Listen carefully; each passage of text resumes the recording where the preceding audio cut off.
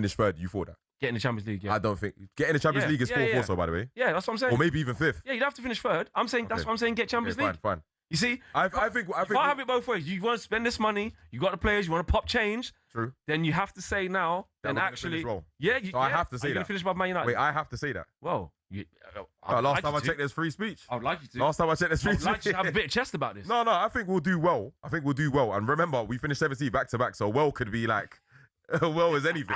Now, I think we'll finish 6th and up. If you're finishing 6th and up, who are you finishing above? That's a good one still. Who are we finishing above? Probably you lot. So we'll start there. You finish above my finish above you lot, yeah. Is that what you think? I think so, yeah. Why?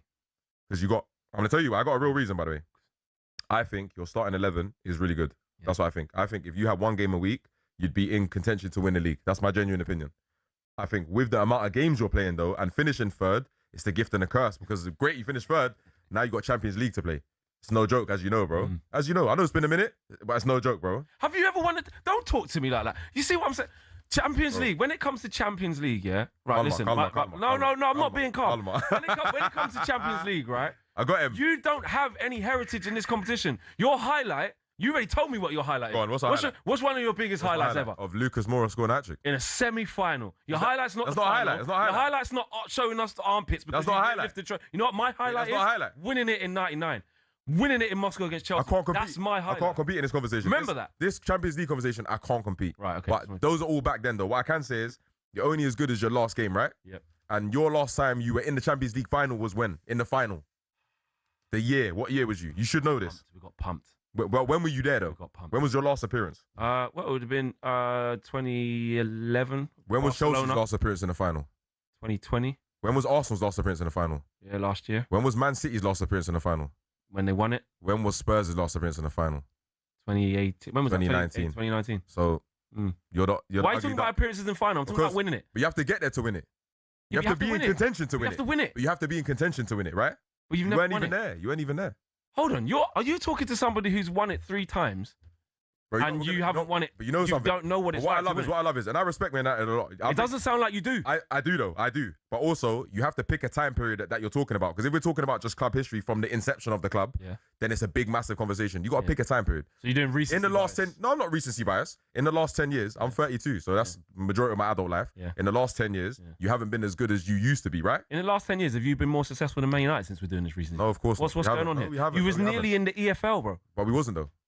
No, but the fact that you're even down. No, I love that I can sit here and say woulda, coulda, shoulda, but we're not though. You went to survival day. Yeah, we did. You were looking in the bottom 3 to look at the other teams. And I was there. Drinking and go on. All right then. Well, my team, Man United. Yeah. I do agree with you. To be serious for a sec, right? Okay. Michael Carrick. This is a like you said, a litmus test, right? Because we've had last season where from January to May was fantastic. Got more points than anyone else in that time. Smashed it. It was like title winning form. But obviously pressure's off. You don't have to juggle loads of competitions. They're completely different connotations, right? He brought a feel-good factor. There's a buzz about the place. But like I always say, expectation goes up now. You get given the job on a permanent basis, which I think he earned. He deserved that. I think he deserved it. And we got a lot to do. I'm under no illusions, 100%. The last time we were in the Champions League, bro, absolutely embarrassing. I went there when Harry Kane put us to the sword against Bayern. Onana was throwing the ball in the back of the net. We come bottom of the group with Copenhagen, Galatasaray. Like, it was dark times. And we are a European yo-yo club. So for me, I actually do agree with you in terms of what represents for a good season for Man United. We have to be getting in the Champions League game. People say, oh, how the mighty are falling. But the mighty have fallen for a long time. We've not been good since Sir Alex Ferguson left the football club. So it's a big season. And not been good is harsh. Not been good is harsh. But not as good as you used to be. Not as good as you used to be. Not been good is harsh, bro. No, we haven't been good. There's periods that you have been good. You just mentioned one. You just finished third. You just finished third. I know that. We finished second under Ollie as well. Come on, I get that. bro. We won some trophies. And listen, some of our worst moments. Mourinho? Yeah, it's all right. He's probably been the best since Sir Alex left. Look at the bright side, bro. Come on, man. But that's where we're coming from. We're coming from the summit of English football. But that's what I'm saying. This is what I'm trying to say to you. So my whole points I'm making to you is Tottenham's usual standard versus how we're doing. Yeah. And your usual standard versus how you're doing. There's a big gap, bro. Do you get what I'm trying to say? Yeah. It's just how it is. Like you said, the expectation, bro. The expectation is you are, in my opinion, top 2 biggest clubs in the world. That's my opinion. Yeah. Real Madrid's the only one I would say. Yeah, agreed. Is that fair? Yeah, absolutely. So your expectations sky high, bro. 100%. There you go then. But we have to be realistic about where we are in the moment of rebuilding, which is what a lot of Man United fans are doing, which is why we're not spending 100 million on players. Look, we've been there. People have laughed at us for Anthony. People have laughed at us for Lukaku. People have laughed at us for Rasmus Højlund and spending all of this money and Mason Mount big money. Spending basically big money and not getting any return on it. Jadon Sancho, it didn't work out. It was a real tough one. Yeah. So we've had to go back to the drawing board and change the way we operate to basically humble ourselves and say, yes, we are a massive club. Yes, we do want to win the biggest prize of them all. It's not every year that goes past where Manchester United are not a European champion or a Premier League champion is a year that isn't good enough. But I agree. We just have to humble ourselves. Okay, so to finish off, right? Just to have this on wax, as they say. Do I think we're going to finish above you? Yeah. I think it's possible. I think the likelihood is if you go for a long run in the competitions, we're going to finish above you. That's my opinion. Because if you don't and you start having no games to play, then you should finish. At least we should be close. We should be close. Yeah. We should be close. You should definitely be up there. We should be close. If you finish 5th and we finish 6th, that's around my expectations. If we finish 5th and you finish 6th, around my expectations. So we'll be around. Yeah, fine. Not far. Not much in it. But it's possible. Don't say it like it's not possible. It's definitely possible. It's not possible, bro. All right. It's not possible. Quickly before we just end this segment, someone just checked our last recent games. Like our just go look at the results of every time we've played you. Just look recently. Just have a look. Last time we played you, beat you, mate. Yeah, and before that. Don't worry about that. All those games before that? Don't worry about it. This has just been your time. No problem. This has been your time. How can it be our time? We're 17 back to back, bro. It's been your time to just have the better, better games against us. But, but it didn't matter because you didn't finish above us. That's fine. You might beat us again next season, but you one of those wins got us a trophy. It's fine. Don't worry about it. The producers in Miami, we got Up next, we're going to get into transfer talk and we'll discuss the future of Marcus Rashford coming back to Man United as well. This guy even wants his hands on him, AJ Tracey. Yeah, we're going to talk about that after this.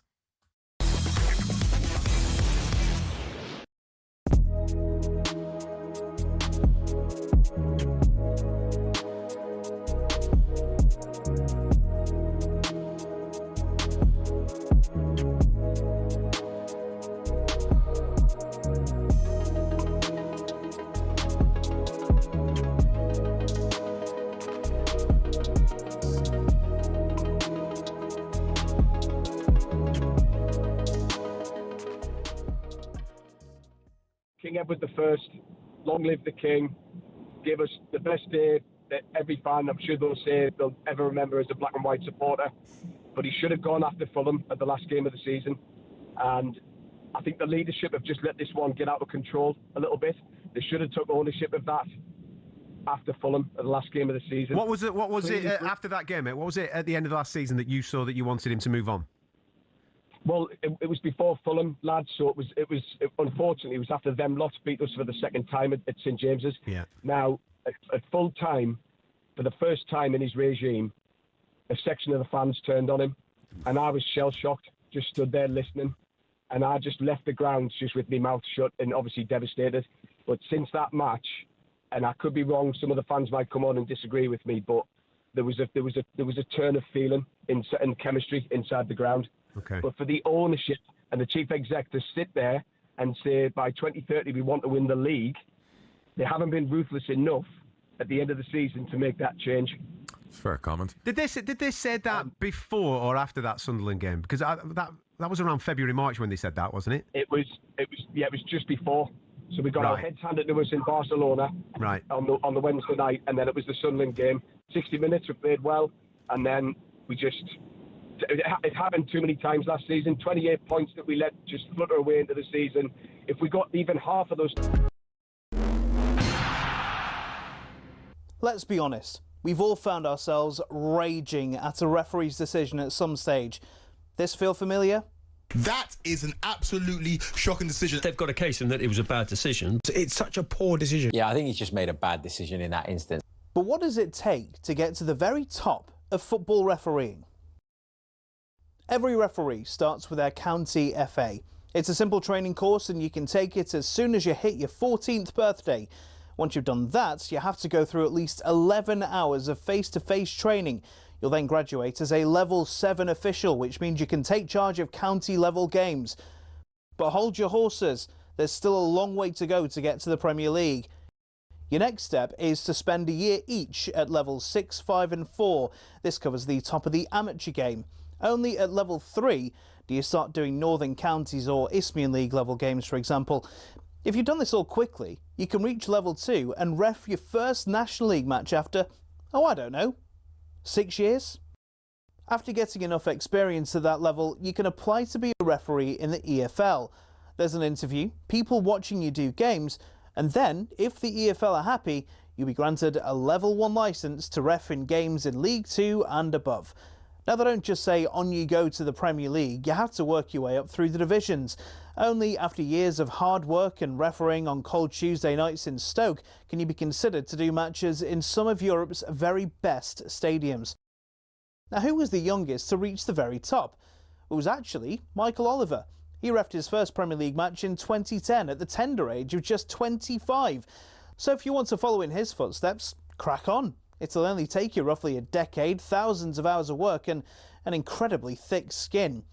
In total, there are 37,000 registered referees across England, but the PGMOL has only deemed 21 good enough for the top flight. That means there's not even a 1 in 1,000 chance you'll even make it in. Obviously, referees can make mistakes, but when you think about it, having a go at them is kind of like slating a brain surgeon.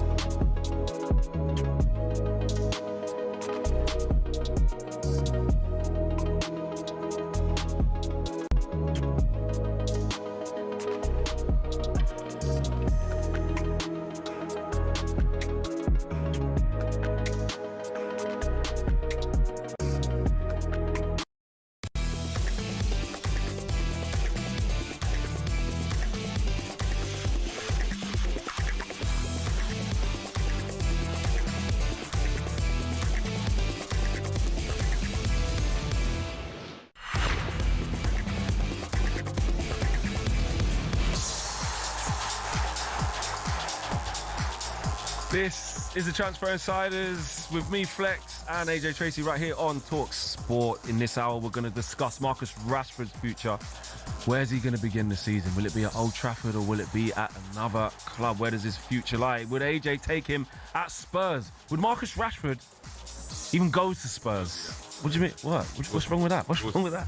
We're going to be discussing West Ham as well. They've sat their pre-match DJ to cut costs, and it has not gone down well with fans. As a DJ myself, I'm in a DJ union.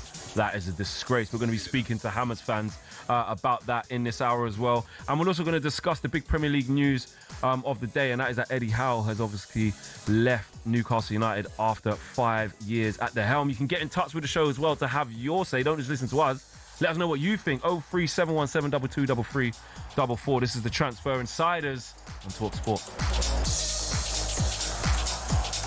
Right, I'm Flex, he's AJ Tracey. Let's get back straight into the transfer talk, and it looks increasingly likely that Marcus Rashford may begin the season as a Manchester United player. That's despite him spending last season on loan at Barcelona and not featuring for United since December 2024. Damn, I haven't seen Rashie play for United since December 24. Is that the right move for him to go back to United? I think he needs a change of environment, to be honest, man. I think he's a player. Like he is. I feel like people forgot he's a player, bro. What a player! But he might need a change of environment, just a change of pace, change of scenery, change of personnel. You know. But the way that everything's stacked up, I think there was a release clause that there was an option to buy that was in place with Barcelona. Yep. We all expected them cheaper for them than everyone else, right? Absolutely. Yep. It was about £30 million, right? Steal. Absolute snippet in this bargain. Everyone's going for hundreds, and I know Marcus Rashford's had his ups and downs recently, but like you said, he's still a top player. Yeah. Marcus Rashford for like 30 million is a joke. Yeah. Everybody expected that to happen. It didn't, and they signed Anthony Gordon, and nobody could believe it. Then they thought maybe they might renegotiate for him. We set a price of £40 million, and that was not matched as well. And then the deadline passed, whereby everything ceased, and that was it. He's already said his thank yous, goodbyes to Barcelona. I'll be honest, AJ, as a United fan, it's been tough with Marcus Rashford because he's not a kid anymore. Yep. He's a seasoned pro. He's in his prime years, right? And I feel like his biggest issue has just been the consistency. There's been some seasons where he's been absolutely fantastic. The season that got him the contract that he's on now, Eric Ten Hag's first season, scored 30 goals. He was on fire. That was when we were seeing this every week, pointing to the temple. It's all about mindset. That's what we were seeing. He gets the big deal, and he struggles with a lot of sort of some of the off the pitch stuff, needing a fresh environment, then falls out with the manager as well, etc., etc. But I don't necessarily buy into this notion that like Marcus Rashford's this bad egg and he's a terrible professional. Has he made mistakes? Absolutely. Has he been inconsistent? Yes, but I still think there is a very good player in there. And look, I if I could choose, if I'm honest, for what it's worth, if I could choose, I think it's probably best that everybody goes their separate ways because of what you're saying. Like, he needs a fresh environment. I feel like it has run its course, but football's a funny game. The way that everything's happened, that hasn't transpired. He's not gonna go anywhere else, it doesn't seem like. And we pay him a lot of money. And for me, if that's a situation whereby we don't have to go and buy a left winger now, you use Marcus Rashford. If anybody can maybe believe that they can get Marcus Rashford firing again, it's Michael Carrick. He's played with him, let's remember. Won trophies with him, let's remember. And also coached him when he was on the coaching team before he's got this job now. So I think Michael Carrick will be happy to see him walk through the door. The biggest question, AJ, is where is Marcus Rashford's head at? Does he want this? Is his head in coming back where he thought he probably wouldn't? Mm-hmm. He's going to have to get a new number. Mateus Cunha's on the left-hand side. Dorgu's on the left-hand side. He's going to have to work hard to get those guys out, or is it as simple as... I don't see it, bro. I just think too much has transpired. I think like even that season away at Barcelona, he was on fire. He was playing really well. He just seemed a lot more happy on the pitch. You know, they say you got to enjoy your football. He looked like he was enjoying his football. And to be honest with you, I think it would just do him good. I think it would do him good and move away, man. Sometimes people just... Oh, so you're saying don't stay. You're saying you can't see it. I think he should move away. I'll be honest. I think he should move away. But it's about the options, AJ. Like, where's let's be honest, though. Who's coming in for him? No one's knocking the door. The wages are so high that there's only a certain caliber. It's the wages. It's the wages. But if he could find a way to figure out a wage cut, or United pay some, they pay a little bit, there's an obligation to buy. I don't know. Well, that's the problem. We didn't want to entertain any loans. We're saying it's a sale. Yeah, so it's all good saying that. For him to say. It's all good saying that, but like we heard of Liverpool, sometimes you just kind of lay the deal out and just wait and see what happens, because if Marcus Rashford doesn't want to stay at United, then you can't really force him to. So let's talk about where then. Yeah. Like Spurs, loosely linked. Yeah. Arsenal are in for Vinicius Jr. and maybe someone else, but could he go there? I didn't even laugh. Look, I didn't laugh for anything. I'm being a journalist. Yeah. What, Arsenal not going to get? We haven't spoken. What Arsenal? I didn't say anything about that. I'm just saying I didn't laugh. Do you think Vinicius Jr. can go to Arsenal? Let's stop. We're going off topic, and the producer's going to get in our in a minute. Let's lock in. Look, I think. All right. Okay. I think. Should Spurs go and get him? He would do well at Chelsea. I think. Chelsea. Think Marcus Rashford would play well at Chelsea. He would get it done over there. I think so. He would also not now though. Just got Morgan Rogers. Okay, play them both. Playing both. What is this? EAFC? What's going on there? EAFC. You can play them both, bro. You can definitely play them both. And Cole Palmer. You can figure out. Well, I don't know about all. I don't know about playing everyone at once. But you could figure out. You can figure out. But I also think he'd do well at Spurs. Genuinely, of course he would. Would you have him? Of course I would. Of course. Look at me smiling. Of course I would, bro. Bring him over here, man. We'll love him down N17. Yeah, you got that kind of money, yeah? I think we do, bro. But you might use it up now. We're not doing that. The producer's gonna get my ear. We're gonna stay on topic. No, this is on topic. We have enough money. We're talking about can he go to Spurs? Not doing Spurs only. We have enough money. Yes, I support Spurs. Let's move on. Can he start instead of Martinelli? Oh, come on now, bro. I'm just asking. What do you Premier League winner? What do you think? Martinelli, Premier League winner, mate. Don't do that, bro. What do you think? He's a Premier League winner. What do you think? Yeah, be honest. You're ridiculous. You know that. I'm just asking a question. Because you're trying to get a bite. It's not winding me up. I'm just asking a Arsenal fans, don't let him do that to you. I promise. Yes, he starts ahead. I'll tell you, mate. We need people to work hard off the ball. Why not fancy it? That's what I was just about to say to you. Now, that's where the tactics come into it. Yeah. Tactics-wise, I don't think he works at Chelsea tactics-wise, and I don't think he works at Arsenal tactics-wise. I do think he can work at Spurs tactics-wise, honestly. I do think so. I think it's the wage, though. The wage is high, bro. It's crazy. It's very high. There was reports he turned down a move to Fenerbahce. He just didn't want to. Nah. But that's not... He's not at that part of his career yet. Yeah, he's not at that part of his... If he just came off Barcelona and he's scoring for Barcelona in big games, important runs, then it doesn't make sense for you to go to Fenerbahce. All respect to Fenerbahce, but I think right now where he needs to be is... You know what it is as well? It comes down to the Champions League. Can he play in Champions League right now? Does he go to a team that can play now? Does he go to a team that are looking to get into the Champions League this season so that he can play next season? Does he believe in the project? Etc. etc. I think the wage is the biggest stumbling block. If the wage was lower, everyone would have bought him. That's what I think, bro. It's crazy as well, yeah, because you'd think that someone like Marcus Rashford being on the transfer list and available, you'd think there will be loads and loads of takers. But I do understand, though, in our Man United fan base, that this is gonna divide the fan base a lot. I was taking calls on this yesterday, and actually talking about taking calls. Let's take a call now, actually. Let's see what Lynchy, the Man United fan, has to say about this, man. Lynchy, what say you? Rashi back or Rashi go? No chance. Yeah, not having You know what really kills me about you guys, right? Throwing this narrative about it's as if you work for Rashford. You know what I mean? You know, his PR team, getting back. Majority of Man United fans do not want Marcus Rashford back in the club. And the reason being is how he's treated the club, how he's treated the fans. I'll put this to you, right? Would his attitude be the same under Fergie?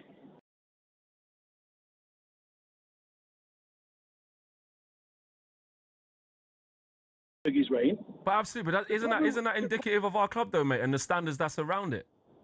Well, I'm not excusing him, by the way, because that was poor for Marcus Rashford. He should have been reprimanded. But we can't act like he's the first pro to ever make a mistake. And you're going back to the Fergie times, and that's exactly it, mate. Where have our standards been since Fergie's left?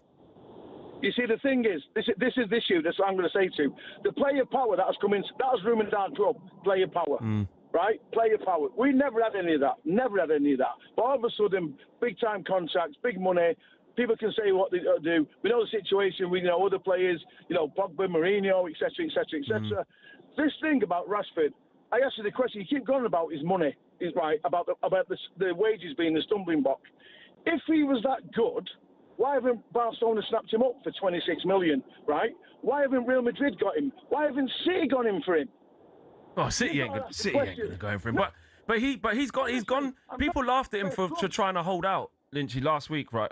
Last summer, saying who does Rashford think he is trying to get? But he's never going to go to Barcelona. Well, he went to Barcelona, played well, and won the league. And what?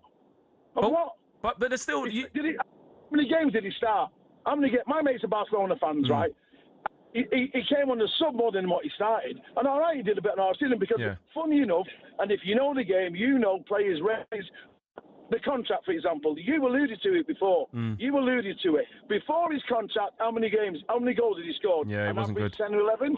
Right, thank you. And then suddenly, a contract's coming up, he scores 30-odd. Right? And then after his contract, back again.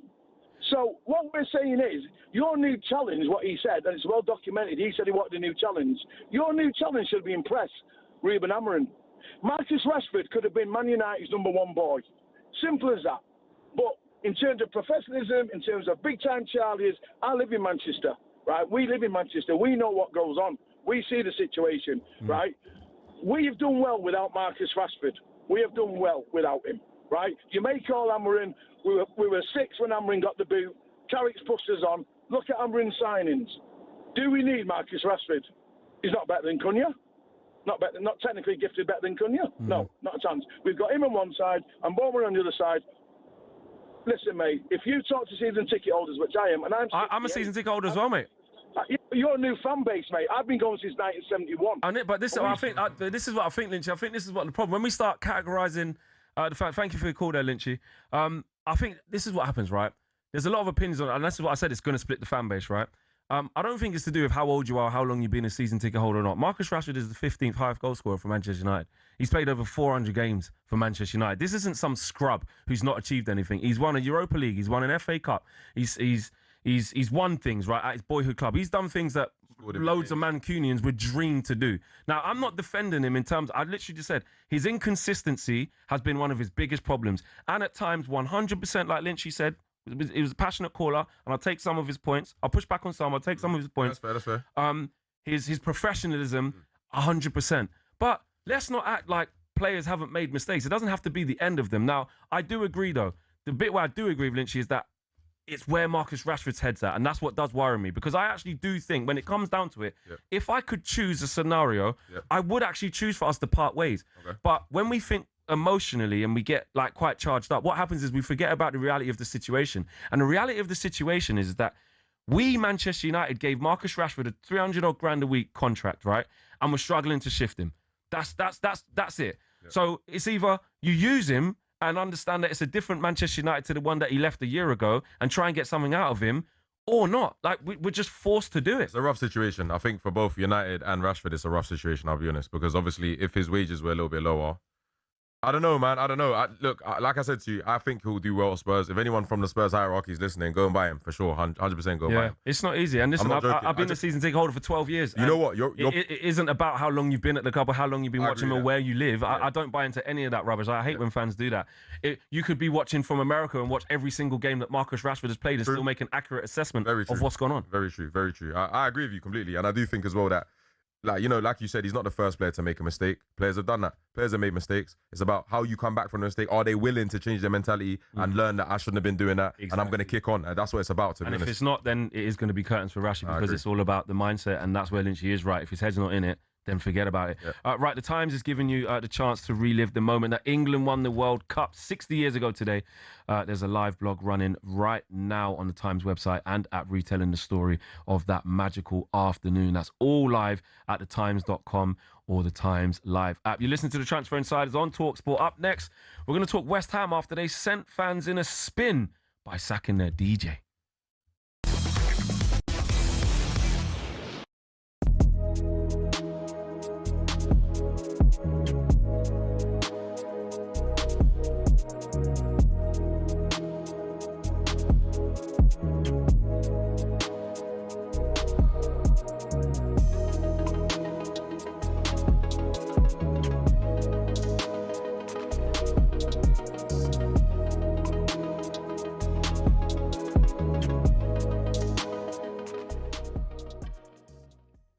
Absolutely devastated. Go on. If it was down to me, Eddie Howe would have been the manager for the next 10 years. I think he's been let down by the owners, the board. You've only got to look at the way the club's being run. I mean, how many directors of football, different people coming in, like, above him. His hands are tied. Like, I don't blame him. Like, I respect him for walking. 2 weeks ago, we missed out on a target, and we said about other targets. 2 weeks later, we still haven't signed anybody. We're signing young kids. We're losing our best players. Isaac told the club that he wanted to leave after the cup final. Now, if a player doesn't want to play for you, get rid of him. They had the opportunity to get rid of him. We had a deal agreed, Ekitike to Newcastle, personal terms agreed, medical booked in, fee agreed, and Newcastle hummed and hawed out selling Isaac. As soon as he wanted to know, they should have said, we've got a replacement, sell him, Ekitike signs for Newcastle. They messed about. Liverpool ended up signing Ekitike, and then the new Isaac was going to go as well, so the player would line up to replace him. We lost them both, and then we ended up panicking last couple of days of the window, and we're saying two lads that wouldn't get a game from me on a Sunday morning, and that comes from the club, the board. Like, why?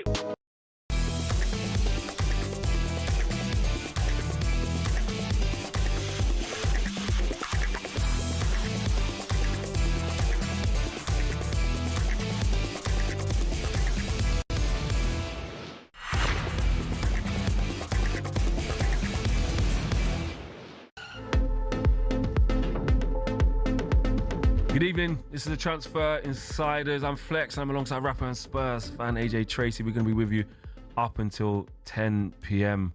It's time to discuss West Ham now. We've discussed quite a lot on the show. Manchester United, just off the back of that break, we discussed Chelsea. We discussed, of course, what's going on with Eddie Howe, etc. And there's loads going on. But we're going to discuss West Ham after this, though, because it's night 7 of action over at the Commonwealth Games in Glasgow. And watching for talkSPORT is Georgie Heath. Hello, good evening. Well, we had a medal in the weightlifting earlier. Bronze went to England's Andrew Griffiths. There's been medals on the track and in the field as well. In the athletics, gold to Zach Shaw in the men's 100 metres T12 and bronze to Scott Lincoln in the shot put. And I'm now currently got my eyes across England against South Africa in the netball. The winner of this will go into the semi-final and take on New Zealand there. It's currently South Africa 19, England 14, just at the beginning of the second quarter, but some really top quality netball, and this is going to go right down to the wire. I can feel it now. Commonwealth Games update on talkSPORT with the BYD Atto 2 DMI, the intelligent compact SUV with advanced plug-in hybrid technology.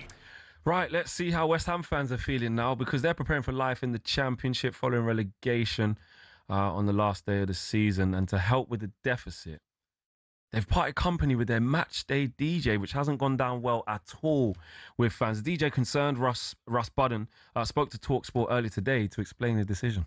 Yeah, been doing it for a long time, 25 years now, well, it was. And yeah, unfortunately, got the call that my role wasn't going to be there anymore now. And so, yeah, just put something out on my YouTube channel, West Ham Network, and it's just gone a bit crazy. Everyone sort of jumped on board, and there's been uproar.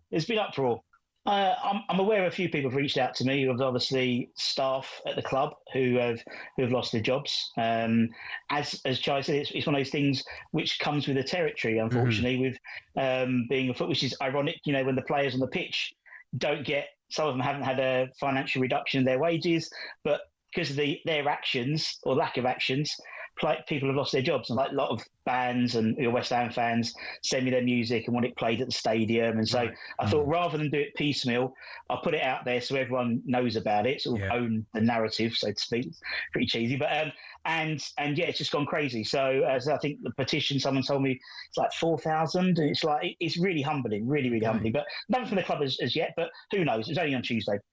Russ Budden there talking to talkSPORT earlier on today to explain basically the landscape of what's happened. He was, of course, West Ham's match day DJ, I suppose, stadium DJ. Let's get more on this from West Ham fan Charlie Quirk. Evening, Charlie. There's been a lot of change at West Ham, a lot of turmoil at West Ham. But when you see something like this, it just feels extremely harsh, right? How's this gone down? Yeah, evening lads. Nice to be back with you. It's gone down, I think, as you'd expect. Like I said, Russ said there. I've known Russ for a long time. We've communicated on social media, and he's West Ham through and through. And I really thought maybe with the changing of the guard with ownership, that the new owners might see the vision for the club and the family aspect we have. And then you get this news for Russ, which is it's really upsetting. Like he said with his petition. Hopefully, if this gets more traction and more names signing it, hopefully we'll see DJ Russie B back at the stadium for the start of the season. Yeah, I just feel like it's a little bit harsh, like he's a servant of the club. He's been there, how long did he say, 25 years? Yeah, 25 years, It's a long time, man. It's a long time. I think, for me, sometimes you got to take into consideration, it's not just the players on the pitch who make the club, but obviously, aside from the fans, it's the staff, the kit men, the men and women who run the club and keep things going. So I think that's a little bit harsh. And obviously, as a music fan, you're a DJ yourself. Yeah. We can empathise, man, and I hope he finds his ways into a nice new job and he's loved and appreciated. But yeah, man, how do you think? Where do you think West Ham should be making the cuts? Because it always seems to be the people getting the harsh end of it who shouldn't be getting it. Yeah, well, I'm sure we'll get onto it, but we made the smart decision of cutting Matías Fernandes, who's useless at football, from our club. I've got a straw here, mate. I'm drinking them tears. Yeah. But now, it's people like that make our club. Like where I sit in my block, we've had the same security guard, James, for the whole time we've been there. He shakes mine and my dad's hand. He knows everyone in the block. And that's what starts the family aspect before you watch the game. And, Russ has been there playing the music through our European triumphs and stuff at home. And that's going to be a little bit changed now, or it's a bit poisoned, do you know what I mean, going forward, because it's become such a big thing. So, yeah, the changes should never come from people that are earning a living and that have been there for so long, especially not at a club like West Ham. You maybe expect it from the bigger clubs, but not when West Ham have the history of being a family club, and proper East London team, really. Yeah, no, I see what you mean, Charlie. And listen, obviously, we don't know the figures involved, but you have to sort of question if you're like having cost-cutting exercises, like how much are you really going to be saving from cutting somebody so integral to the match day atmosphere as Russ is. So that's the thing. I reckon you'd save more money if you cut out oat milk or stuff like that from the canteen and the players. I'm with you though, mate. Honestly, 100%. I'm with you. Exactly, and that's I think that's probably why it's more of a sickener for fans to accept, because when there's huge things, like sponsorship stuff that brings in millions to the club and tough decisions got to be made and we have to move ground. You guys have had to go through all of that for the betterment of this, that and the other. And okay, you ended up with European triumph. You start to stomach decisions a little bit better. But when you can't really see economically / numerically where this actually helps, it's even tougher to take. Let's talk about the season ahead though, mate, because it's been terrible times at West Ham. You were looming around relegation. You tried to change the manager. Nuno comes in. It wasn't quite enough. You went to the last day and just couldn't quite do it. Since then, your captain, Jared Bowen, has stayed and signed a new deal. Signed a new deal, right? To stay, or just announced that he's staying? Yeah, for one more year, unless we don't go up. I mean, which is absolutely massive. How is it looking with the squad? I'll be honest, we've had more board members coming in than players in the last. Probably that's a good thing, right? Because you need some stability. We need some stability. I heard there's another takeover possibly happening from Amanda Staveley that was involved with Newcastle, which, new money is always good, an injection of new life. But as of yet, not any signings through the door. But I'm okay with that. We're usually linked with everyone under the sun and we end up with, none of them. So I think they're taking their time, they're doing their due diligence, and hopefully getting some, quality championship players and some lads from abroad, that can come in and inject a bit of creativity. I think, with the sale of Somerville and Fernandez, we've lost that creative spark. And, it's Bowen, as good as he is, he ain't Roy the Rovers. He can't do it all on his own. He needs some help up there, definitely. Yeah. You have lost some serious players, but to be fair, you've got some decent fees come in for them. And I feel like with your new transition period with the club, how important are these fees for you to get like the maximum you can get out of them? And how's that going to help West Ham going forward? Yeah, I heard that, we needed, before that we sold the two lads, we needed 150 mil from all of our players, and we've got out of two of them. Nice. We've still got Jean-Claire Todibo to get out that door. Yeah. I'll book him a taxi to the airport. I thought he would do well for you as well, but it's been an absolute nightmare. He's great when he wanted to play, and then, he threw his toys out the pram and refused to play. But, it happens. And I think we've got a few more players that are going to go. So, but, we've got our first competitive game in 11 days. Mm-hmm. It's just so West Ham, innit? Yeah. I think we are what we are, but that's why we love us. And I'm optimistic for the season, but I don't think it'll be plain sailing. West Ham never is plain sailing in any game we play. Before we let you go, Charlie, coming straight back up? I think so, but I don't think we'll win the league. I think we'll come up second, I think, to Playoffs? Fancy a bit of playoff action?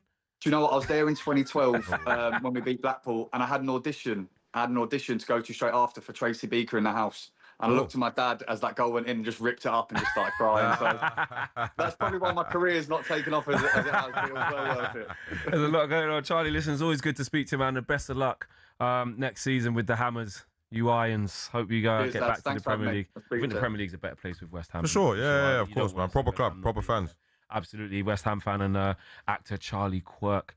They're giving us the lowdown. Right, up next, we're going to get back on track and discuss the biggest transfer stories of the last 24 hours, because this is the Transfer Insiders on talkSPORT.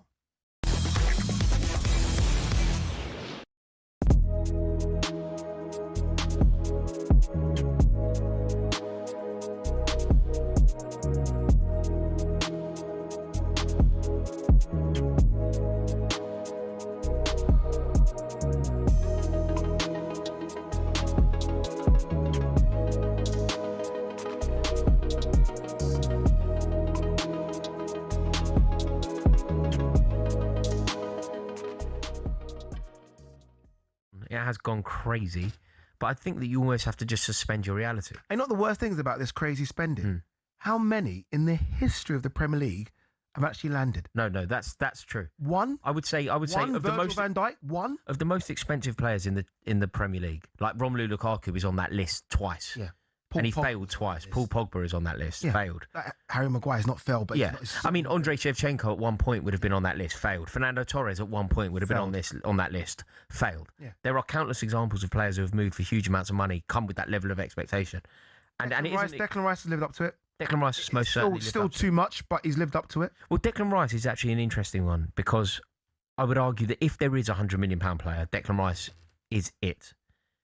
Declan Rice. That's 100 million. I think Declan Rice has 100 million. Well, if you look at what Declan Rice has done since he's been at Arsenal, he won European silverware, uninspiring European silverware in my opinion, but he won European silverware at West Ham. He then went to Arsenal and was the catalyst to them ending a 20-year Premier League trophy drought. So yeah, I think if anybody's worth, he's been a stalwart of an England team that has had some relative success. I almost think that's part of the problem. You're part of the problem then. I'm part of the problem. How can you say you think he's worth 100 million?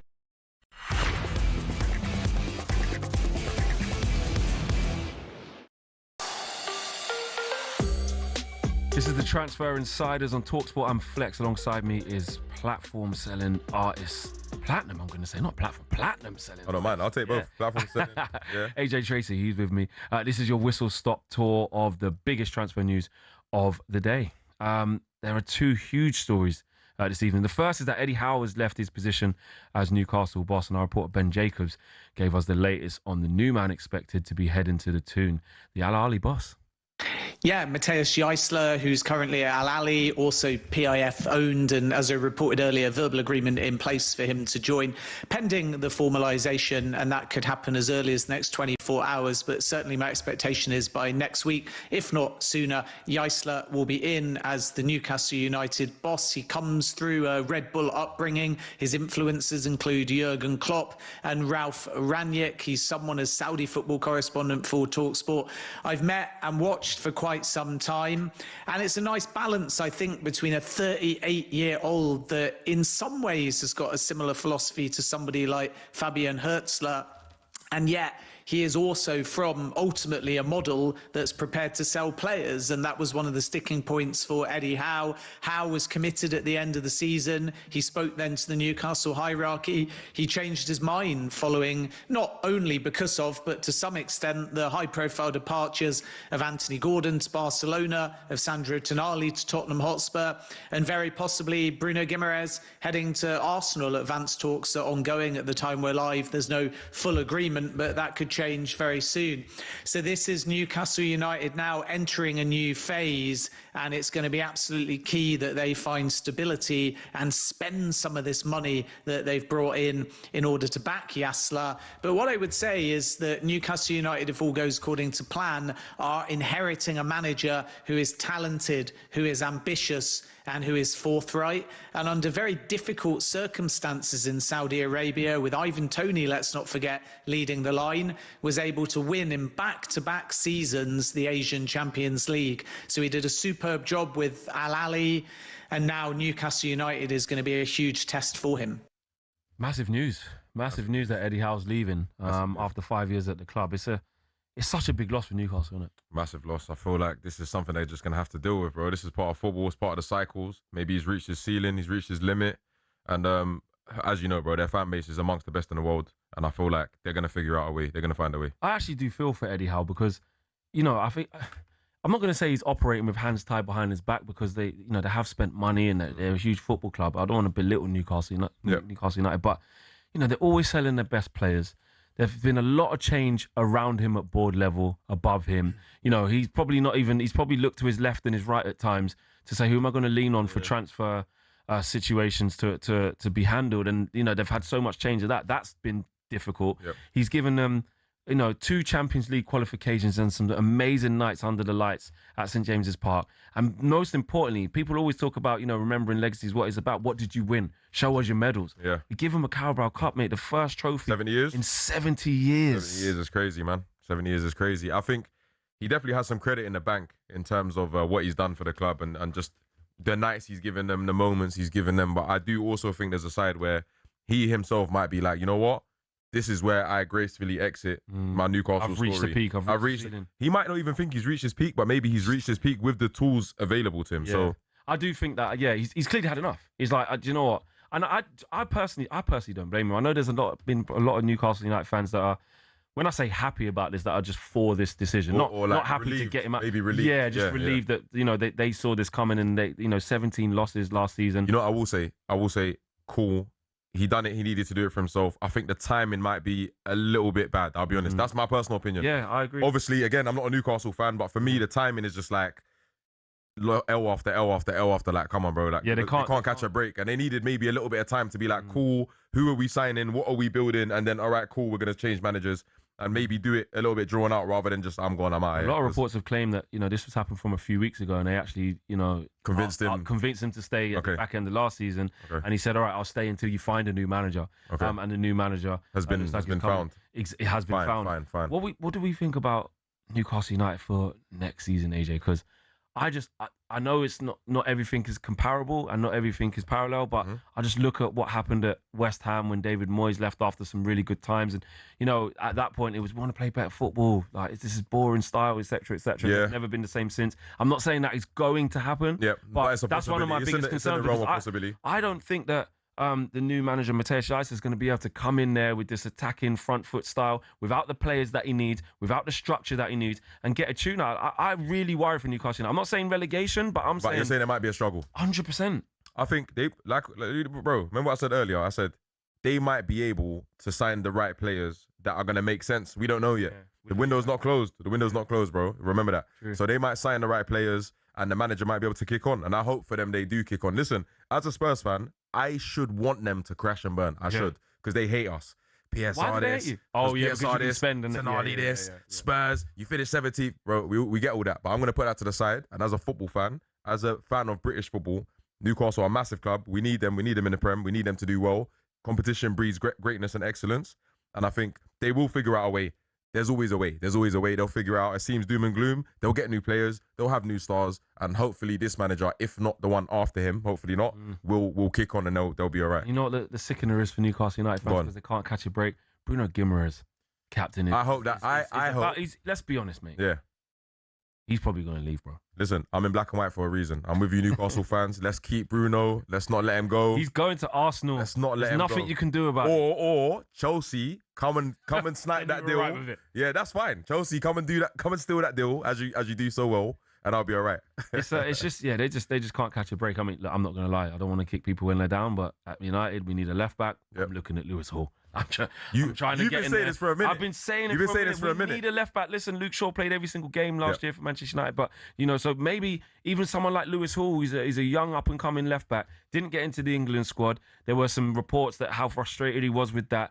Even he will be looking around and saying, I'm a big player. I've been brought here for big money. I've been going up the gears. This has been the place for me to develop. I look around, there's no Tonali. Gordon's gone. Bruno Guimaraes is potentially going to go. Hopefully not. What?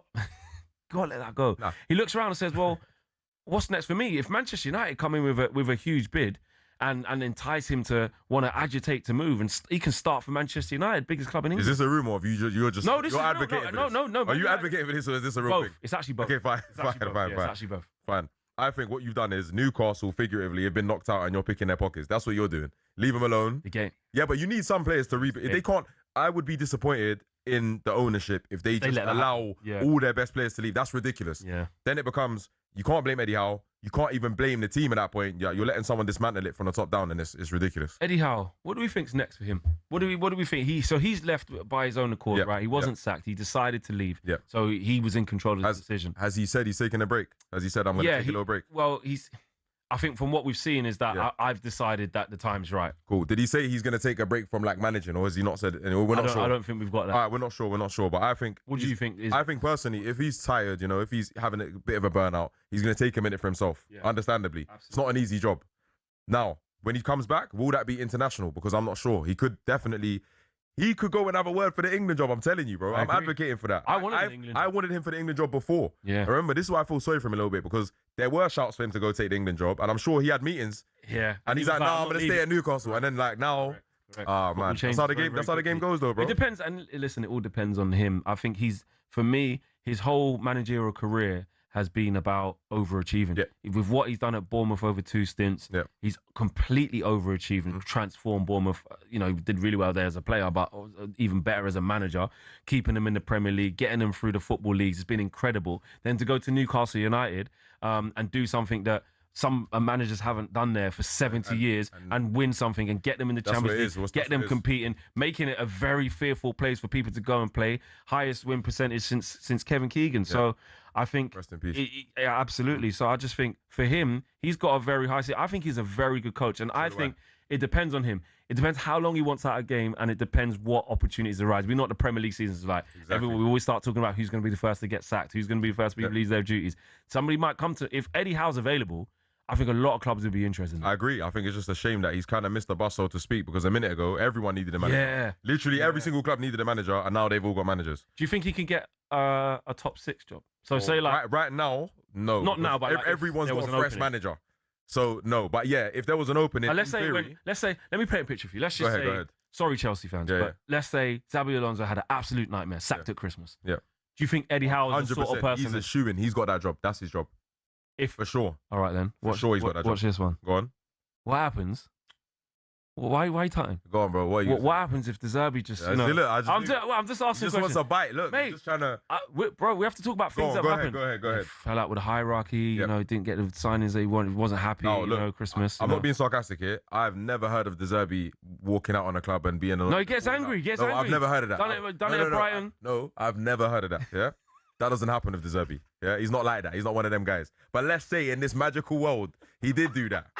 Eddie Howe, yes. If he wanted to come to Spurs, because I do think it's a two-way situation. He has to also say yes. It's not just if Spurs call him up, he'll come. We would love him over there. If De Zerbi didn't go to plan, which I hope he does, Good manager.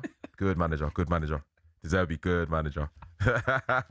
This guy, I can't wait for it to all come crumbling down. Then you're begging insane. for Eddie Howe. That's insane. You know, a minute ago off air, he was just saying, I love Spurs, you know. We got a great connection, Man United Spurs, and now he's dissing us again. This is a Newcastle section. Stop doing this. What should we expect from them then? Because they've got a new manager coming through the door who is very highly spoken about. Very highly spoken about. He's been in the Red Bull setup. He's won 2 trophies, 2 league titles in Austria. He's won 2 Champions Leagues in the Asian Champions League. What is a good season for Newcastle United? Stability, calm. Yeah, I think finishing stability. in the top half. I think the aim should be stability. I think if they can stabilize the club, try and if he can try and implement his style of football, and they have like a signature style of football by the end of the season. I think if players aren't trying to leave and trying to do that thing where they flirt with other clubs. Oh yeah, I've always wanted to play for as long as we ain't got any of that. I think it's a good season. Yeah. It's a transition period. You can't expect them to be back into the Champions League. If they are, obviously, overachievement, massive season. But if they finish mid-table, that's all right. I think that's fine. I think this is a massive step for Newcastle United because, of course, fans will be worried. If I was a Newcastle United fan, I'll be in the trenches, very, very worried about what's around the corner. But this is where the ownership has to step up, show that they're being serious, show that they're still being committed. They've got to back the new manager with transfers. Like you've spoken about, the window's not over yet. Depends who they buy. They've got to be really ambitious in that respect. And then they've got to be patient. They've got to be patient and say, this is a new dawn. Like, this is a whole new identity for... well, actually, what will be interesting to see is if it is. Is Matthias Eisler going to build upon that type of physical... Because the team's basically been ripped up. That spine, where you're talking Jolin and Bruno Guimaraes, Tonali, it's been ripped up. Very, very physical. What's the new identity going to be? Do they still try to go down that line? They've got to get younger players as well. He's going to go down the Red Bull school. And I think we know what kind of football he's going to play. I don't know how that translates into the current Newcastle squad, but if they bolster their ranks and buy the right players, I mean, there's a Rashford knocking around. Just saying, they could go and do something mad. I don't know, bro, but these are the kind of things that instill hope in the fans, though. Yeah. If they went and said, all right, look, if they went and said, cool, you lot are bugging out, don't worry, look, we bought Rashford, everyone be like, oh, all right, wait a sec, see? And then we'll come back on here and I'll say to you, I told you the window's not closed, look what they're doing, see? But obviously, that's in an ideal world, bro. But ideally, as long as they show support and say to the fans, hey, look, we're here, we're not going to let this slip, then I think it's all right. Stabilize the team and you can build next season. It's not the end of the world. I just really, really worry for them. I'm not going to lie. I just got a bad feeling. Would you say the manager resigning, sorry, really quick, the manager resigning is worse for them than the players leaving? What's a worse factor here? I know they're both bad, but I would say I would want Eddie Howe there to oversee a rebuild. You would, yeah? You would? I would say it's worse that Eddie Howe's gone, personally. Cool. Right, you're listening to the Transfer Insiders on talkSPORT with me, Flex, and him, AJ Tracey.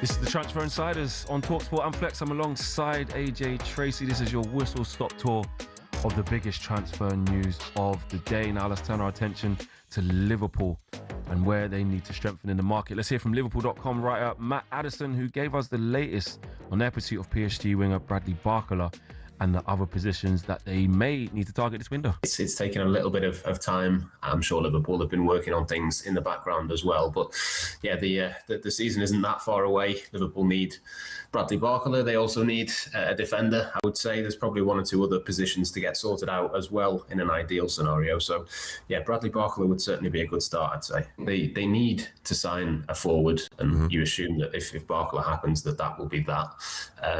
And I would say they need to sign a player who can cover at centre-back and maybe play a little bit of right-back as well. And to be fair, I think Andoni Iraola has been very, very open with that in the last few weeks.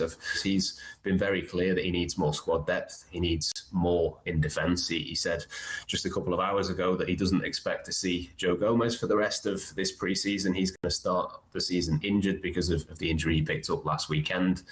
Liverpool has still not seen anything of Giovanni Leone. Jeremy Jacquet hasn't played yet this summer because of his injury. Virgil van Dijk is back in training now, but he's not on the US tour. He's going to meet up with his teammates next week. So Liverpool look light at the back. Obviously, Conor Bradley has been out for a long time as well. So when everybody's fit, I think they are well stocked in defence. But I mean, when that is going to be, or even if that will ever be the case again, because we know, the situation with Joe Gomez, unfortunately, he can't play that much football because he does get these injuries. Conor Bradley, the evidence of his career so far would suggest that as well. So those are the two positions, really. Bradley Barcola, massive player. Huge talent. Yep. Yes, he's young. Yes, he's raw. Yes, he's got gears to go up. But Liverpool looking like they're going to show real intent to get him. Is he... Listen, I know he's not a direct replacement for Mo Salah. I don't believe he is. Mo Salah's a right winger. Yep. Barcola plays predominantly from the left. Can play on the right, but you're going to get the best out of him on the left.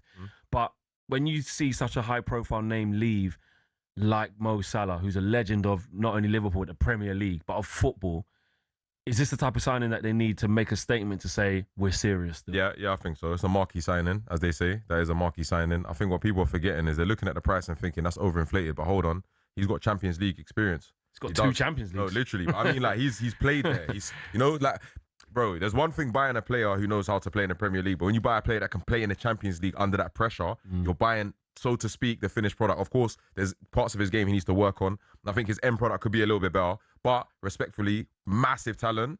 That's the kind of signing you want to see after your big player league. Do you think he's the actual right fit for them as well? Like on that left-hand side, I think stylistically? I think stylistically the type of football they want to play with Wirtz and so on when they kick on, then yes, he would be the right fit. I think if they try to revert to what they know and play safe, the remnants of the Klopp ball, he wouldn't fit as much in my personal opinion. But he needs free roam though also. They need to let the shackles off. With a player like that, you're paying for the creativity. You got to let the shackles off a bit. Yeah, you got to let them be free. And Iraola definitely is about that. He is about that. For sure. Apparently there's a reported gap in valuation. PSG value him closer to 140, 145 million pounds. Liverpool are reportedly saying that, no, we value this player towards the 100 million pound mark. Bit of a gap. How much is he worth? Yeah, so that's anyone's guess. That's anyone's guess. I think in this market, 100 mil has got to be around about. Yeah, standard now, isn't it? Yeah, standard now. It's around about. I do think, young, like you said, he's got years on the clock. Premier League, Champions League experience. He's going to be worth at least 100 mil. Also, for PSG, they're in the money because that's their backup. So they're really in the money with that one, and they'd be happy to keep him there as their backup because he's a great player. I think if you're Liverpool though, they can use some of this situation to their advantage. Help them to their advantage. Yeah, because at the end of the day, he doesn't want to sign a new contract. Yeah, and he's made it clear he wants to go to Anfield. Liverpool, so Liverpool can use that as their bargaining chip to say, you know what? Yes, okay, fine. You may have your valuation, but guess what? He's not signing a new deal, so you can't keep him, and he wants to come to us. Yeah. It is interesting that Liverpool are spending like this, really strong, really aggressive. You look what they did last year. 125 million pounds pretty much for Alexander Isak. Yeah. Of course, for different reasons, lack of pre-season and a real bad injury. Didn't see the best of him. Florian Wirtz, big money. Didn't see the best of him in a ever-changing Liverpool side, which was difficult under Slot, but he's a top player. Frimpong. Spent quite big on Frimpong, Kirkes. Yeah. Ekatike was like 70-odd million. Huge money. And they're spending potentially another 100 again. It's a real big statement. In terms of the manager, Andoni Iraola, this is a huge step up from Bournemouth. Massive step up from Bournemouth. What do we expect from him? Big job. I think the type of football he plays though is very exciting, and I think that's what Liverpool fans want to see, if I'm honest.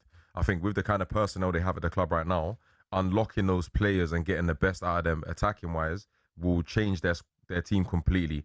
The way they played last season, I think with certain players, for example, Wirtz, obviously we had a lot of injuries with across the front, but with Wirtz, he's a player where if you unlock that attacking spirit, that creativity, you're going to have a world beater there, as we've seen in Germany. So for me personally, that's the right manager, it's the right fit. Adding Bradley Barcola to that is, on paper, a ridiculous team. On paper, maybe the best team player for player in the league, honestly, maybe. One of the biggest differences, of course, between, it goes without saying, between the two sizes of the club is the type of players you're going to have in there. Big egos, big guys in there. Yes, You got Alisson in there, won everything in football. You got Van Dijk in there.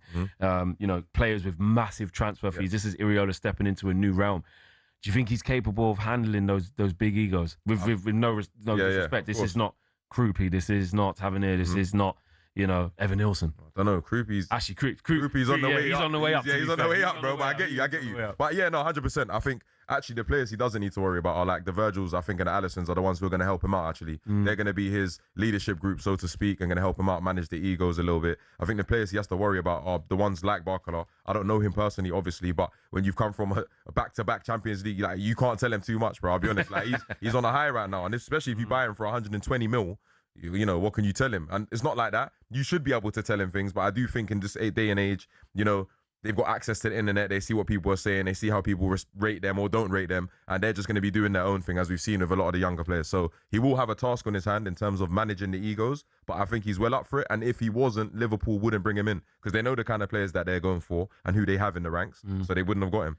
I've been looking at Liverpool through hating lenses, obviously. No, I know that, bro. Yeah? Trust me, I know that. Right. I have to make that clear. I know that. But I'm going to be honest. This is going to be a big signing. I think they need to wrap it up immediately. They really do need him. I agree. But I look at Liverpool after spending all that money last year, right? And I look at it and I think, and I don't know if I'm wrong on this. It'd be great to hear at points when you see what Liverpool fans say. But I think they need almost like need another rebuild. Not because I'm looking at it and I'm going another rebuild. No, but hear me out. Go on. I'm going. Okay, so Salah's left. There's a gaping hole on the right-hand side, even though Salah wasn't his usual self. On the left-hand side, I think Cody Gakpo is not it. He's not it. I would have to agree with that. Rio Ngamoa has got a fantastic ceiling. What a baller, by the way. What a baller. Exciting every time I watch him, but too much to put on his shoulders. So that's why they need Barker. I agree with that. I'm looking in central midfield. McAllister looked shot to bits last year. Gravenberch is not a natural 6. Endo's not the guy. They need a 6, in my opinion. I'm looking at right back. I think Frimpong is better as a wing back, and Conor Bradley's always injured. I think Frimpong is without a doubt better as a wing back. Do you know what I mean? And I don't think Iraola's going to play him there. I'm looking at central defence. Yes, Jackets is coming through. Jackets coming through. Leone obviously hurt his knee last year, really bad against Southampton. So there's not like Joe Gomez. He got injury problems. So Konate's left the football club, but he had an indifferent season. I feel like that was always coming. But they need to replace it. I think they need that too. Well, they wanted Van der Ven. They were sniffing around Van der Ven. There you go. I was worried about that. So do we not look at it and go, actually, they need players? They need a few players, but I do think it's a constant. It's like when you own a house, you know, like something's going to break, you're going to have to fix it constantly fixing things, constantly upgrading. And of course, they do need players. I wouldn't say they need a whole new rebuild, but for sure they need a couple of investment. I think, look, if they bought a CB, that can play right back as well. They bought maybe another left-sided CB that can play left back, and they bought a 6.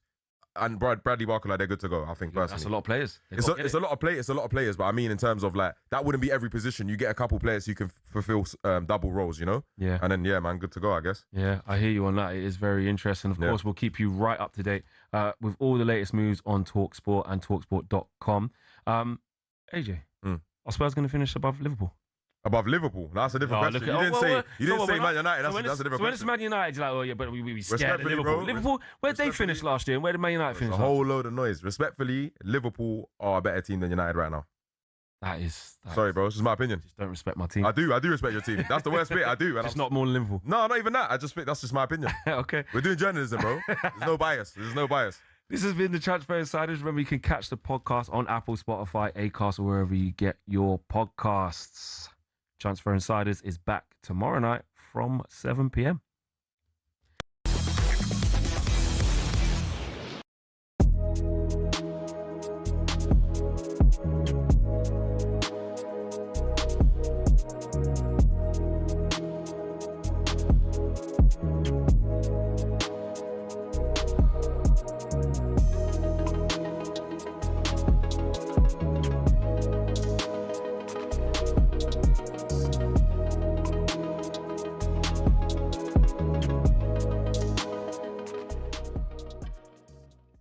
This is probably one that Darryl would be more interested in because it concerns his beloved Liverpool. Don't sign him. Don't sign him. You don't want him? No, not for that kind of money, no. We need a central defender. We need another midfielder. Yes, we need a winger. They spent 100-odd million on him. They're not going to do any more. And we need a right back. I just think, I look at his figures and I look at where he is and whatever else. No, I'm not having it. Not having it. Nope. No. Wow. See, I think he'd be a great addition to the Premier League. But in terms of the figures, obviously PSG were touting over the weekend. They wanted 145 million. I think the opening bid from Liverpool is going to be a lot less than that, maybe nearer the 80 to 100 million pound mark with add-ons. Will that be enough to persuade them to do business? Who knows? But Barker isn't signing a new contract as it stands. So PSG not necessarily in a strong position. Why do you think he'll be a serious asset in the Premier League? Tell me what he can do in the Premier League. I've looked at all his data. I've seen his Champions League data. I've seen in France. Someone even put up a comparison with Cody Gakpo, and I'm not his biggest fan. Gakpo was pretty much ahead of him in a lot of the data. World Cup goals, Champions League goals, and I'm not no comparison. But you've just made a statement there that you want to see him in the Premier League and whatever. Why? I think he's a top player. I think he's been a top player for France. He's part of a PSG team that won the Champions League 2 seasons in a row. And I think we need that bit of stardust in the Premier League. We've lost, obviously, Mo Salah. You'd have been sad to see him go.